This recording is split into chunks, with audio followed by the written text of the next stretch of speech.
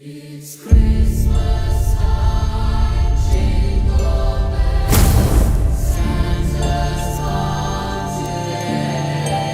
ഇവിടെ അർജന്റ് സിറ്റുവേഷനാണ്, പക്ഷെ ഞങ്ങൾക്ക് മാത്രമായിട്ട് ഇവിടെ ഒന്നും ചെയ്യാൻ പറ്റൂല.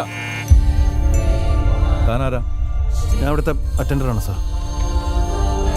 എന്റെ മോന്റെ കുഞ്ഞാ സാറേ അത്. പോലീസ് സ്റ്റേഷൻ മൊബൈൽസ് ഇമ്മീഡിയറ്റ് ആയിട്ട് റൂട്ടിലേക്ക് വരിക. എമർജൻസി ആയിട്ട് വെഹിക്കിൾ ചെക്കിംഗ് നടത്തുക. പിന്നെ ആർക്കും വേണ്ടാത്താന്ന് പറഞ്ഞ പൊയ്ക്കോട്ടെ നിൽക്കാൻ പറ്റില്ല. നിനക്ക് പറ്റിയാലും എനിക്ക് പറ്റില്ല. കുഞ്ഞാ? ഏത് കുഞ്ഞ്? അതിനെപ്പറ്റി സംസാരിക്കണ്ട. അങ്ങനെ സംസാരിക്കായിരുന്നു വേണ്ടെന്ന്. ലോകം മുഴുവൻ എന്നെ കുറ്റപ്പെടുത്തിക്കൊണ്ടിരിക്കുക.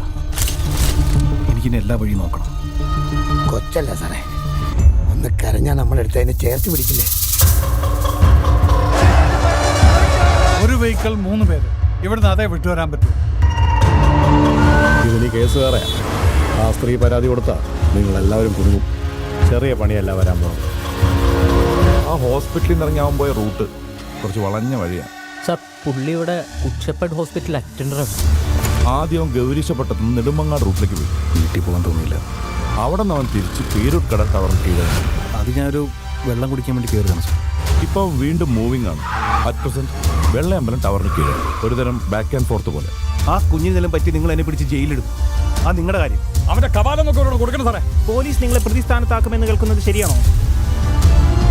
തന്റെ കുഞ്ഞില്ലാതെ ഇപ്പൊ ഞാൻ നിൽക്കുന്നത്. അടുത്ത 20 മിനിറ്റിനുള്ളിൽ ആ ഏരിയയിലുള്ള എല്ലാ അപ്രോച്ച് റോഡുകളിലും അവൻ അറിയാതെ തന്നെ ചുറ്റും നമ്മളുണ്ടാവണം.